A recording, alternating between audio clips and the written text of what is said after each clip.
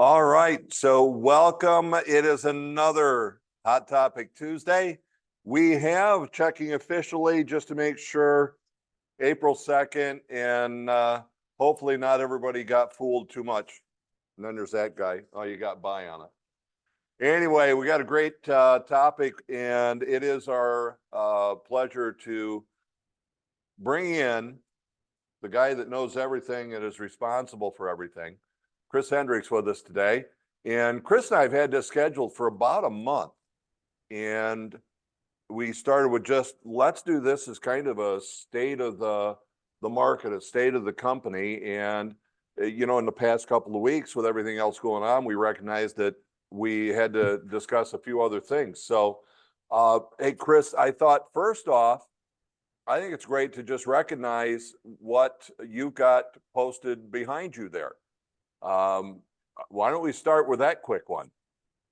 Yeah, sure. So, I always joke and say, who's got it better than us? Well, we got our rankings over the past couple weeks, and HRC overall is now in the top 200 brokerages in the United States. So, Darwin, I'm just having a little fun with it. We received that ranking. The Tigers are undefeated, Alex. So I can't imagine anybody having anything better than us right now. Shut it all down, right? No doubt. I'm loving it. So that was the first thing that was on my list. Do we want to jump right into that other topic that's going on out there? Yeah, let's do it. And Darwin, I think I want to be mindful of the time because I've got a few notes, a few comments, but more than anything else, I'd just like to interact with you guys and take some questions at the end. But let me dive right in. So I had three things, Darwin, I wanted to cover with them. First thing is we're done with the first quarter. Wanted to talk to you for a couple seconds on the market, at least my perspective of the market, and you guys are much closer to it. Number two, I think we should talk a minute on the elephant in the room. And I know there's a lot of conversation. I don't even want to say concern, but there's a lot of conversation out there about NAR's proposed settlement. So Darwin, I thought I'd talk a couple minutes on that. And then time permitting, I thought I'd give you a little pep talk or a couple thoughts as we roll into the second quarter. So let me get right at it. First quarter, I think the good news is interest rates have stabilized.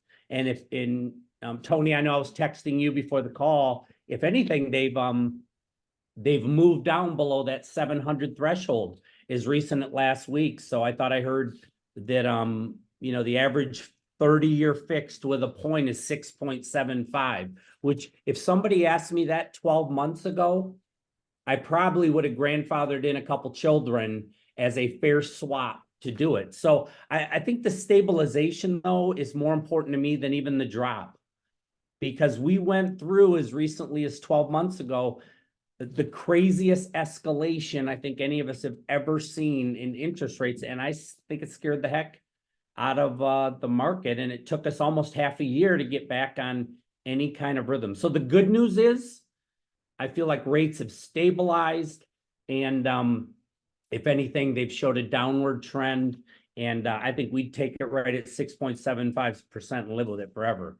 The challenge that I want, and listen, I just want to be real with you guys. I don't want this to all be sunshine, but I want us to recognize the challenges so we can have better conversations with our sellers. The challenge is, I think there is a massive amount of pent-up demand on the homeowner side. I think there's a tremendous amount of homeowners that would like to move, desire to move, but they are what I call rate locked in some cases, or at least rate locked in their mind, where they have a 3.5% rate. And even with the recent adjustment to 6.75, 7, they, number one, are scared to do it, or hesitant, maybe is the better word. And number two, they're scared they can't find a home, even if they did sell it. Hence, that's our job, right? Finding people homes, helping them secure that. And I think you see that. I'm going to talk a minute on open houses, but I think you see that if any of you have held an open house in the last month, I don't even call them open houses, Darwin, anymore. I call them rock concerts. And a lot of times they're homeowners who want to move, who are out looking at open houses, seeing if they can scare up a house because they'd like to sell. So I really think they're a terrific business generation tool. And I know for a lot of us veterans, open houses meant we were coughing up our weekends. Open houses were strategies to sell a home. To me, I think they're a strategy to get listings if you need them, to get buyers if you need them. I still think it's an incredible seller's market. Maybe as high of a ranking as the second best in history. There'll be nothing that we'll ever see in our lifetime like 2020, 2021, 2022. But you show me a well-priced house that lasts more than 30 days, and y'all are nodding with me. You get it. It is a seller's market. We're still seeing, again, you guys are closer to it, but at least what I've heard is we're still seeing multiple offers. We're still seeing offers above asking, sometimes well above asking. Darwin, I know you talk about it all the time. We're seeing appraisal guarantees, escalation clauses, and on and on. However, homes that aren't well priced are sitting a little longer than I think we've seen in the last few years. The days on market has moved up. For you veterans, it sounds almost humorous. Michelle, if I was talking to your mother right now and I told her that the average days on market was 44 days, she'd chuckle because that's probably some of the lowest in history. And yet that has moved up over the last 12 months. So I think to recognize some of these stats, the absorption rates increased, Darwin, to 1.7 months. And by the way, gang, that's right off a real comp, right off of fast stats. However, we all know that those stats include vacant land, right?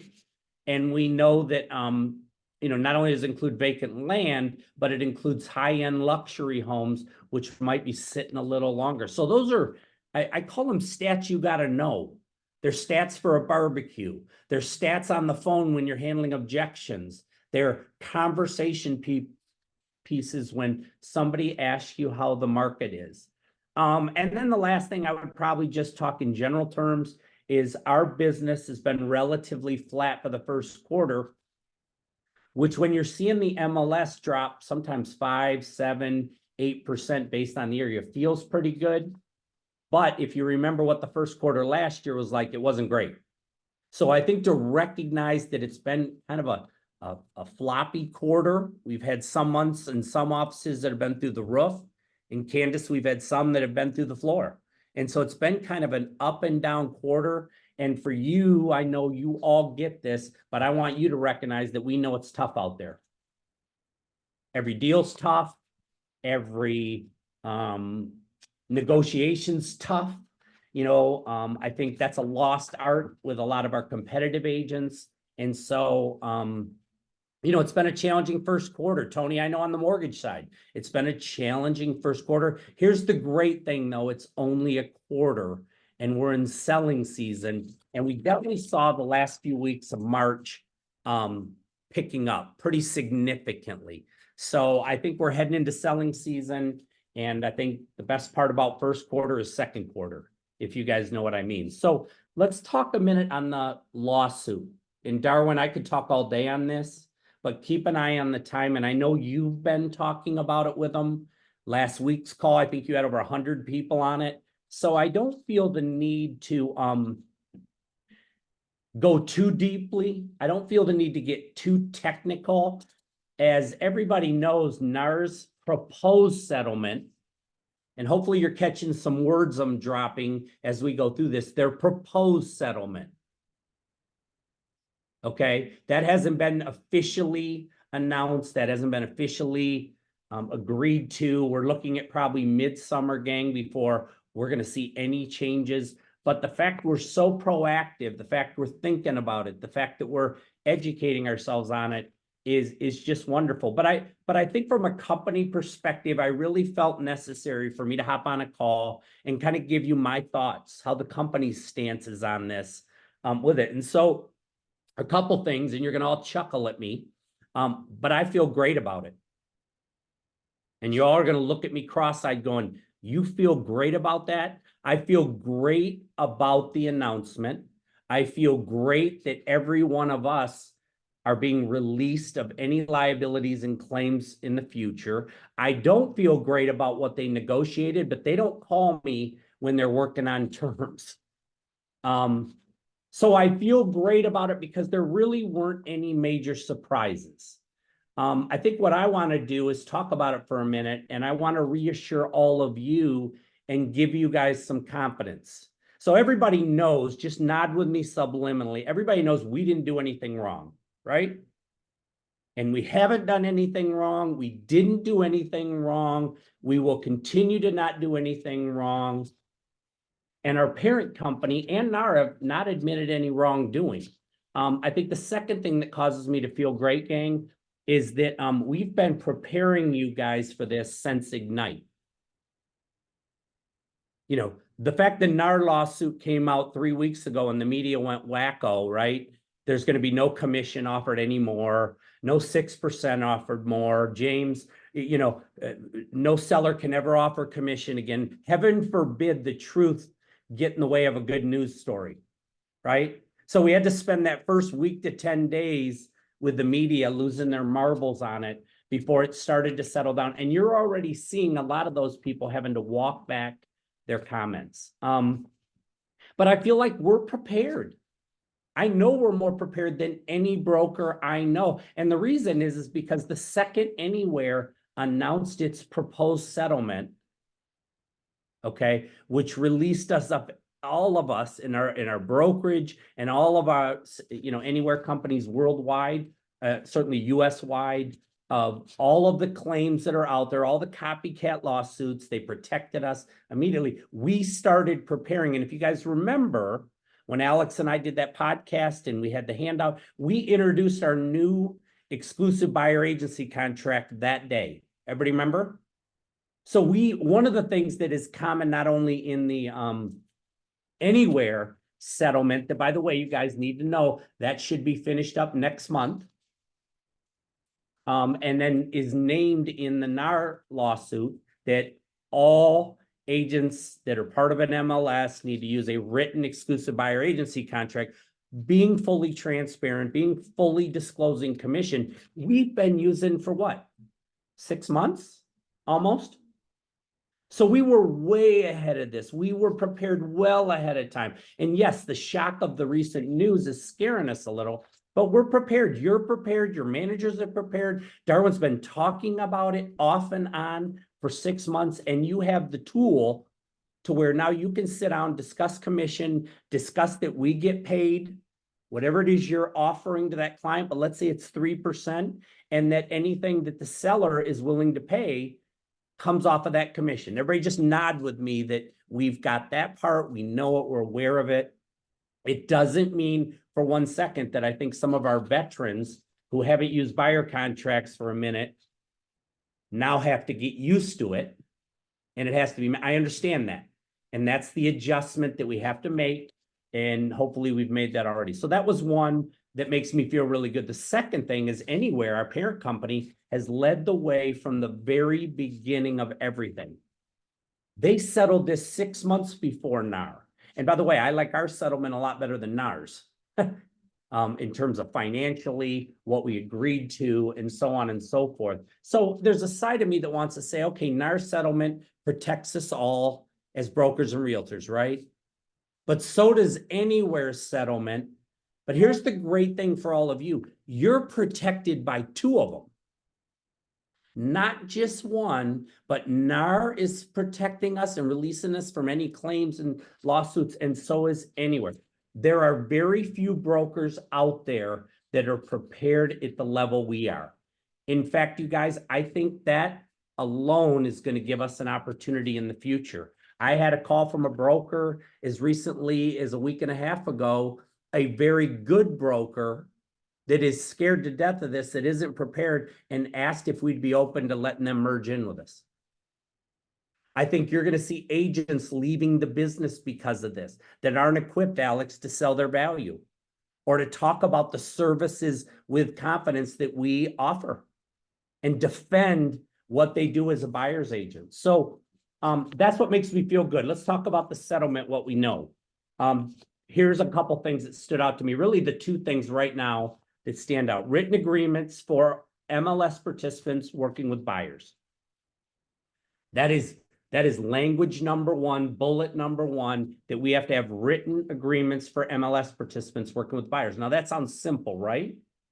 We just have to, if we're out showing houses, we got to sit down with the buyer, make sure they understand what they pay for, what we cover, what we're not, what we are, and have to sign it. What happens if someone walks in an open house?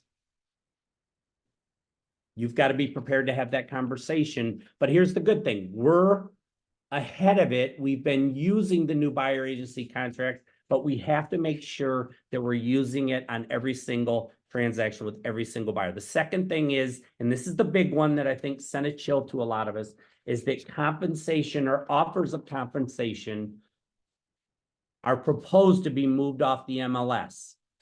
That's the one that there's a lot of conversation of. Now, everybody nod yes or no with me. Does that mean a seller cannot offer compensation? Some of you are waiting.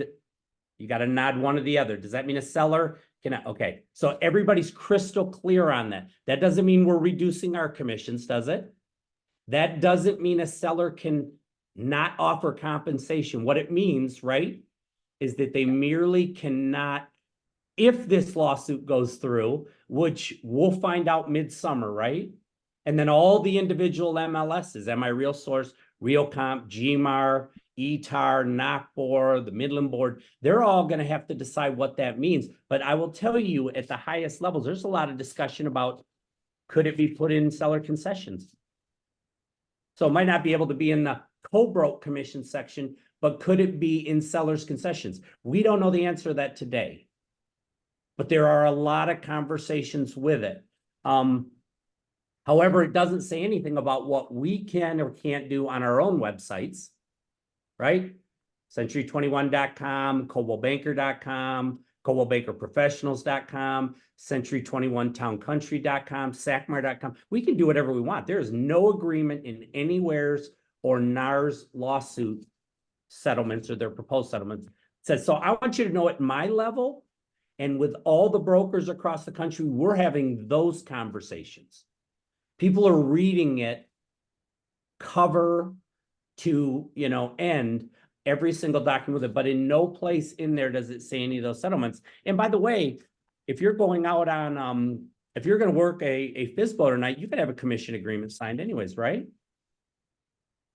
But I think the big thing is that, it doesn't do any, what it does is we're going to have to adapt with how we can present the seller's co-broke commission to a buyer's agent. It also doesn't prohibit us telling a seller, Lee, it doesn't prohibit us from telling a seller that, here's what we normally charge, and we recommend you offer 3% to the buyer's agent because that's going to make the property more marketable. Does that prohibit us from doing that? No. No. So I think there's some things to just clearly understand in your own mind, be confident of, so that you can have better conversations with it. The last two facts that I would bring up, NAR's proposed settlement, if accepted, won't be settled until mid-July at the soonest. And I think we're going to spend the back half of the year with the MLSs working through that before we find out on those two things. But I just went through them, and really the single biggest is, the piece about having commissions moved off the MLS. So a couple things that I would just bring up in closing. Number one, I want you guys to be confident. We are in a little bit of a state of limbo. There's a lot of things we can't answer yet, that we will. I want to assure everybody on this call that we are in the watchtower. And we are paying attention to everything. And my Real Source is having a meeting in a couple weeks to talk about commission and commission moving off the MLS. I'm sending people to that. RealComp, Karen Cage sent out some emails earlier this morning, Darwin. We are in the watchtower and we are paying attention. But I assure you that everything we hear, we will act on, we will report back to you guys on, and we will customize it for you. And what I mean by customizing, like, for example, MAR just came out. Everybody just nod with me. And if you haven't, go look it up. But everybody saw MAR's new seller concession addendum that just came out? Yes? Not seen it. Just nod with me even if you haven't, and put it in the chat who you are and we'll get it to you. But there's a seller concession addendum that allows commissions, 3 months out. And you're gonna need to talk to your lender as part of the seller concession for a seller. So again, I want you guys to know we have your back. I want you to know that you are absolutely with the right company. You're prepared, but I know none of us like the idea of gray area. We want to know everything. We want to know it today. And I understand the reasons. That's why I'm so proud of you, because you want to be able to articulate it today to everybody in your sphere and all the buyers and sellers. And I think transparency is the best way to do it. That here's what we know today. Here's how we're prepared. And here's how we got you as we go forward. So Darwin, I wanted to hit that. And then let me hit a couple quick things. But the last comment on the NAR lawsuit is just learners are earners. And so be a sponge. We've seen some great videos by some of you in the past week. If you haven't seen Paul Wolfert's video that he did on Fox 2, search him. It's on his Facebook page. It's a great video talking about the changes, talking about the market. Jamie, I haven't seen yours, but I heard about your post about, it just gives you one more reason to talk to your sphere. And I thought it was great. Leslie, I saw one of yours, I think it was a week or so ago, talking about just commission in general and kind of poo-pooing. So I think be confident, be honest, be transparent, but brag about your company and yourself and how prepared you are for it. So the last thing I want to do is just a little pep talk, and then Darwin, we can open it for questions if time's available. Is these are just thoughts. I wrote them down late last night and I was just thinking about them. Is that we've got to be more determined. We've got to be more disciplined, and we've got to be more focused than ever, especially now. We can't allow these news clippings or people out there who are not experts in our field allowing us to be distracted, screaming chicken little. We are in haymaking season. We've got to be focused, disciplined, and not get caught up with the things that we can't control. And I know it's hard sometimes, but I think it's critical that we think like that. You've got to go to work every day and work on your business, not just in your business. So what I mean by that is showing up's half the battle. The other half of the battle is don't just be caught working transactionally in your business, but work on it. So a couple ideas I had. Number one, focus 60 minutes a day on lead generation. Now, you're all going to roll your eyes at me. Oh, I get it. Chris wants me making 37 expired calls a day. Chris wants me making FSBO calls. Some of us, we're not going to make FSBO expired calls. Number one, James, how easy is it to find a FSBO right now? It's kind of tough. Expired listings, it's kind of tough. But every one of us can pick up the phone and call 5 people every morning and just say, "Hi, Lee. I haven't talked to you in a minute." And don't worry about a script. Just ask them how their family's doing, how life's going. What do you got planned for the summer? I think those calls are critical. Now, if you're afraid of the phone, text 5 people a morning, but stay front of mind. Build that relationship. They'll inevitably ask you, how's real estate? Hey, I saw that news brief, and it's an opportunity for you to have a conversation and stay front of mind. Number 2, send 2 handwritten notes every morning. I know that's old school. You young people don't even know how to write a handwritten note. You probably would have to AI it first, but then you could write it. Veterans, you know exactly what I'm talking about. Is there's nothing like getting a handwritten thank you. Thinking about you, care about you, appreciate you, haven't talked to you in a while. But consider strongly sending 2 every morning. Have a stack of stamps on your desk with an envelope and just write 2 people. Be consistent and timely with your lead follow-up, and chase new listings every morning. One of the best agents in the history of Century 21 Town and Country. Her name is Glenda LaCroix. The first time I met her, she won Centurion over 30 consecutive years. 30. Not 330. And I asked her the first time I met her, I said, "How do you do it?" And she goes, "Chris, I just wake up every morning and beg for listings." Do you wake up every morning begging for listings? Do you wake up every morning doing one thing in the morning by noon to get a listing? Do you wake up every morning wanting a listing? Okay, never mind. I know you all do. But you think about that is the best of the best. And she woke up every morning, head on a swivel, begging for listings. And I think that's, that's a commitment and intensity level. The last two things, Darwin, because I know I'm going to run out of time. I was going to say, because we got 5 minutes left. All right, you know what? I'm going to pause it right there with an infomercial for open houses. Is strongly consider in the second quarter holding an open house every weekend. If you don't have listings, hold somebody else's.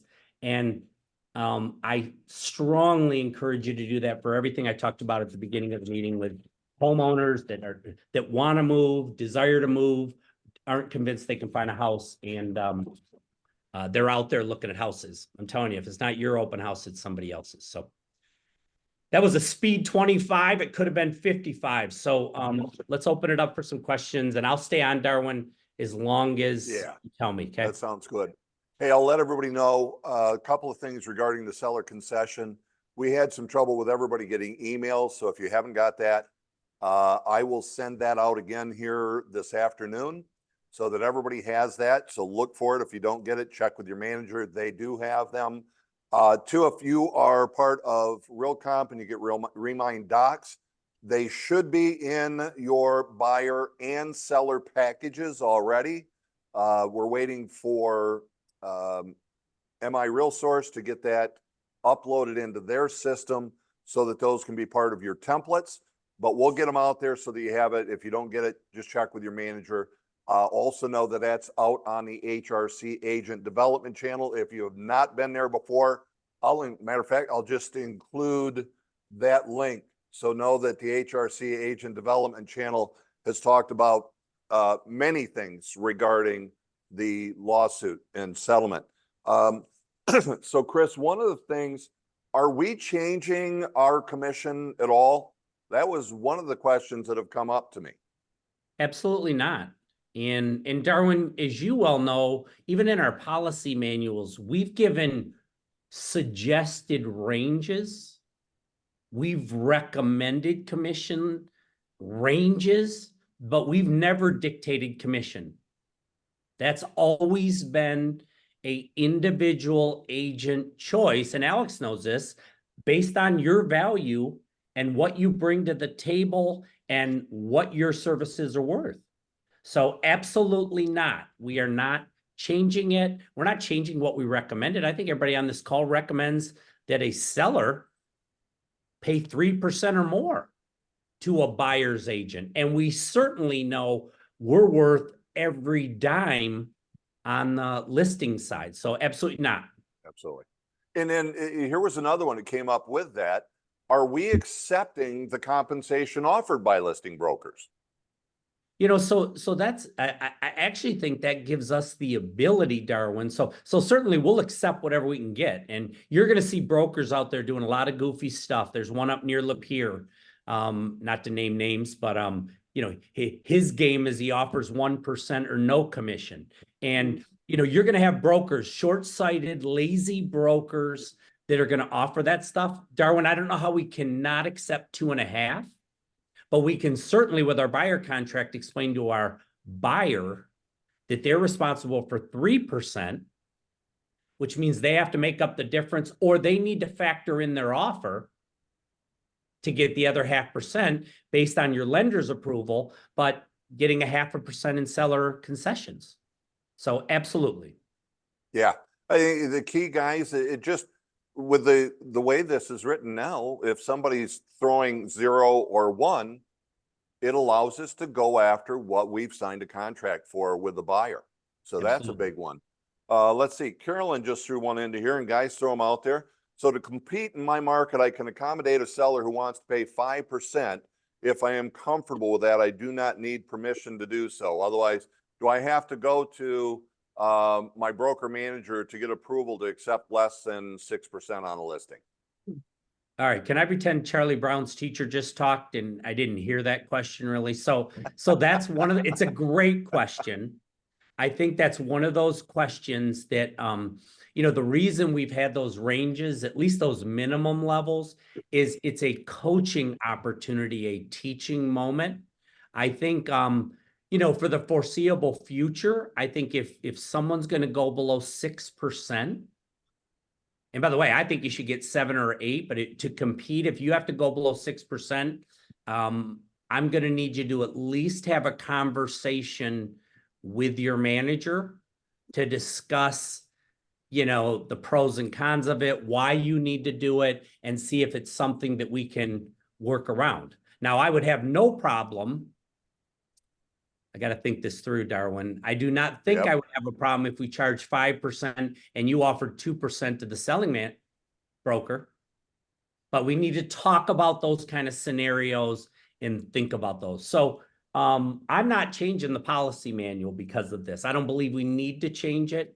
And on some of those conversations, I think being collaborative with your manager is probably the first step. Okay. I know I danced around that a little bit, but I don't think we're prepared. I don't think we're prepared, Darwin, to basically say, now we're a discount brokerage. Everybody do whatever they want. I don't think we want that reputation in the market. And it may mean we have to walk away from some listings, or we have to walk away, but I think I don't think we want to change our culture in how we compete and how we've gone through that just because NAR is asking us to move it off the government has never said that there was a specific amount that had to be charged. So that was part of the rumor, if you will, or the way that the media was leading it. And really, we never had a fixed amount that it was like, you can't charge this, you can't charge less, you can't charge more. It was a suggested amount. So that was always there. I guess we'll have a couple questions here. Has this changed anything in regards to agency, or is agency still the same? If anything, Darwin, I think it's made agency more transparent.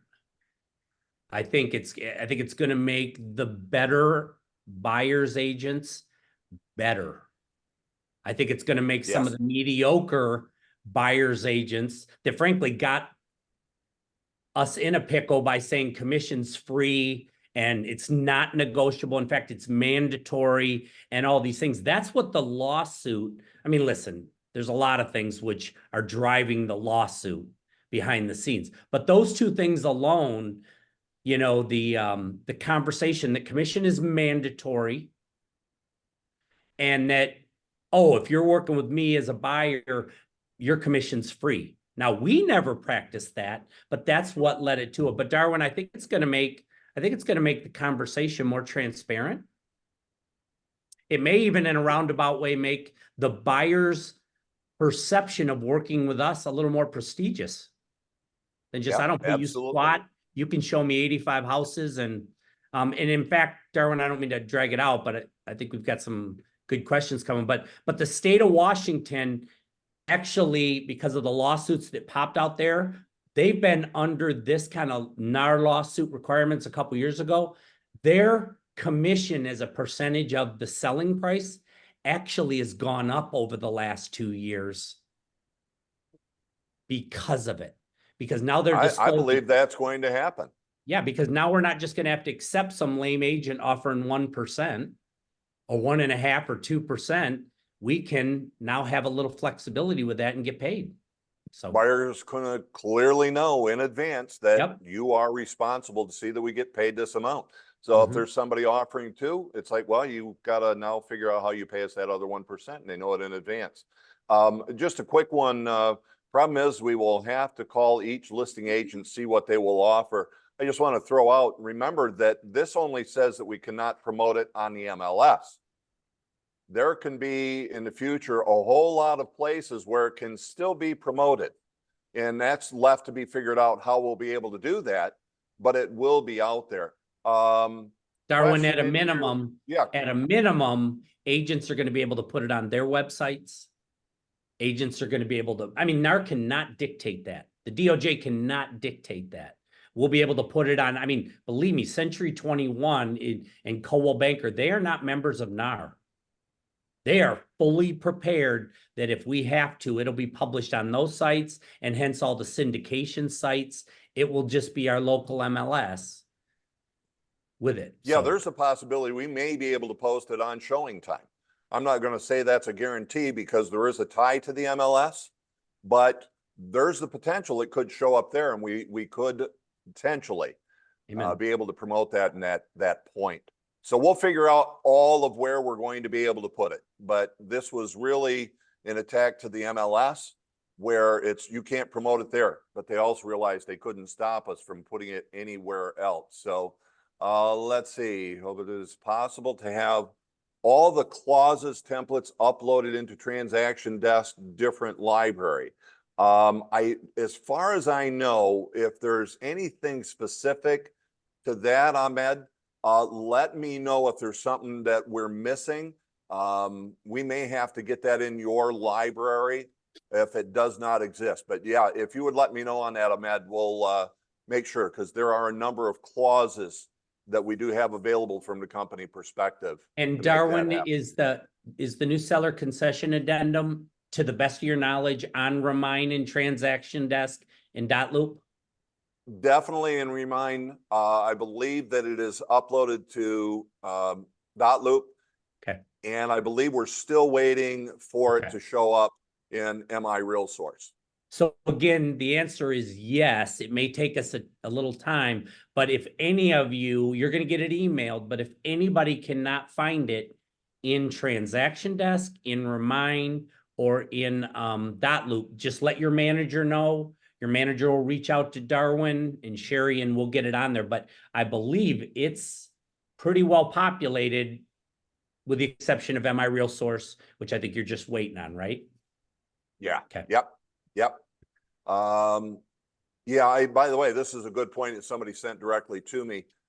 As we move forward, agents that are offering, we'll say, discounted commissions, again, we'll make sure that we're handling this correctly. It's going to show up, I believe, statistically, that we'll be able to show homes offering competitive compensation to a buyer's agent will show actually sell faster. Well, of course. Yeah, and I do think, Darwin, I think that point that somebody brought up about, is it going to put a little bit of an onus on us to verify what the seller is offering? I absolutely do. I mean, just like we would never show a FSBO or write an offer on a FSBO without a commission agreement, I think that same mechanics is probably going to be midsummer, fall, what we're going to have to just get comfortable with. And by the way, if Peggy Feltner was on the call, she would tell you that is standard operating procedure in commercial. Mm-hmm. And so now that if this plays out, if the settlement goes through, I think we're going to want to uncover that immediately, because listen, your buyer may want to write that into their offer as a seller concession, how that's going to be covered. So that was a great point, Darwin, somebody brought up, and it's something we just are going to have to get comfortable with and make it a standard procedure. So anyways. Yeah, so the question came out. I'm going to simplify the question. Has the amount offered as compensation to a buyer, is there a suggested change to that? Nope. No. So let's keep it that simple. There's no suggested change. It's do what you've been doing, because, you know, I still, if somebody asked me today, what changed? Let's simplify it. One, we can no longer advertise on the MLS how much we're offering as compensation. Two, if you're operating with a buyer through the MLS, you must have a signed agreement specifying the amount of compensation you'll receive from the buyer, how you earn it, how you'll collect it, and that the amount cannot be vague. That's it. And Darwin, can I confirm that? And the first change, if it's agreed upon, if it's settled, won't even impact us till mid-July. Oh yeah, got to keep that reminder going. So it's not even been approved. You guys are so leadership orientated, thinking ahead. You're observing this, you're aware of it. But even that change won't even be affected or impactful till midsummer at the soonest. So, Darwin, I was going to go so far as to say, if someone asked you what changed, here's my answer: nothing. Nothing. Stay focused. Nothing. Yep. If anything, now we got a couple tools that we can begin to review, that we can begin to think through, that should our lawsuit go forward, we're equipped. And by the way, just so you know, the company's not just going to sit here till mid-July and see what happens. Darwin's already working with the district managers, the regional managers, to put on a couple buyer, kind of like listing boot camps, but buyer boot camps. So stay tuned with that. You're going to see some of that and I'm not even talking summer. You'll see some of those this quarter that you're going to be able to have access to, where we just get more and more comfortable presenting our exclusive buyer agency contract, talking about commission, handling the basic objections, just like we did on the listing side. We know we've got to pivot a little bit and bring that to you guys so you're well equipped for summer. But right now, nothing's changed. So let's just stay focused. Let's be aware of it, but let's not let it get us off our game, because there's too much at stake this quarter. Yeah, as a matter of fact, Chris, you brought that up. I can let you know that your district regional managers have agreed to the buyer courses. We're going to take you from beginning to end. How do I even get to the buyer? And probably one of the most important sections is going to be, how do I handle the buyer consultation? Because there's going to be a shift for the public to understand that it's now we have to, therefore buyer, you have to, if you're working with a realtor, sign an agreement. So we're going to talk about the buyer consultation and how to be able to get the buyer to sign that. We'll talk about how to get people to meet with you so that you can even have a buyer consultation. That's going to be Livonia, Troy, Macomb, Midland, Fenton, and Lapeer. I'm going to ask those branch managers to find a date for us to offer their offices up as locations to play host to these classes. And guys, my anticipation is we'll have them out there for you definitely within this quarter. I'm hoping 6 to 8 weeks, we'll have all 6 of those locations completed for you. By the way, it doesn't matter if it's a gold hosting or a blue hosting. You're all welcome, because we're going to talk the same tools, systems, processes, and presentations. So, yeah, Caroline, I love, there is no standard commission. So know that we can't even use that.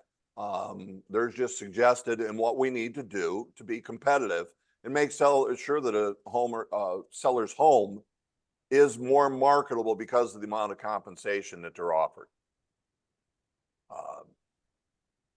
Should we start telling our buyers to save an extra 3% along with the down payment?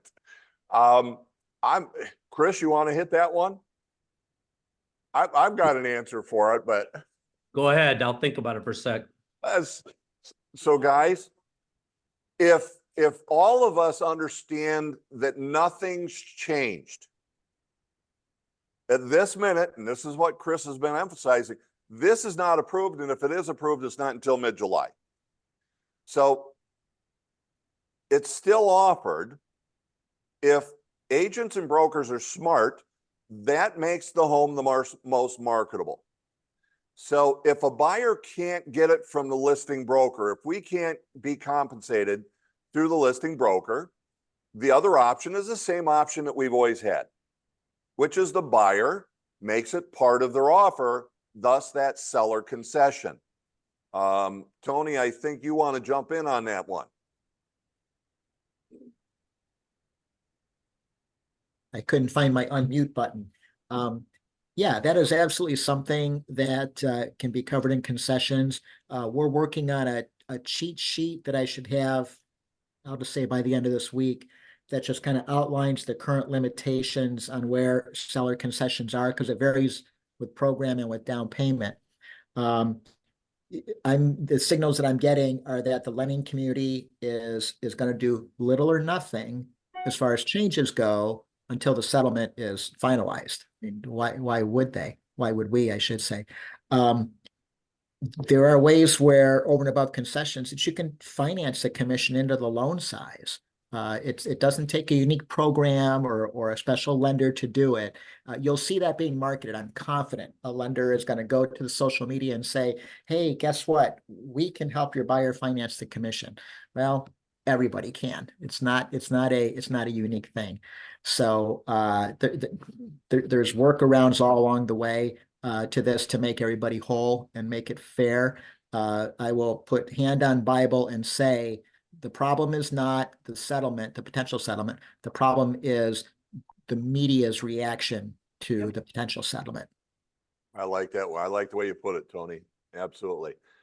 Could we have our compensation fee under the service fee charge? I think, Marianne, we have to look at it and just go, it's compensation. As a matter of fact, even on the buyer representation agreement, on the listing contract with the seller, it's now referred to as compensation. We don't even break out what we have called our broker compliance fee. It's just part of our compensation. So we have to address it, and that's what this really is about, transparency. So we don't want to try to hide anything. This is our compensation, and I don't think anybody's going to look for us to be able to do that differently. Yeah, concession, guys, it's going to be one of those things that we will learn how to address. But as I'll always put it, the commission, our compensation, both the listing side, buyer side, gang, it's like ragu. It's been in there, and it will still be in there. Chris, any final words? We'll wrap it up. Yeah, no, I'm gonna run, but I just, guys, I just am so proud of you. I know this hasn't been easy. I know we've got some work to do.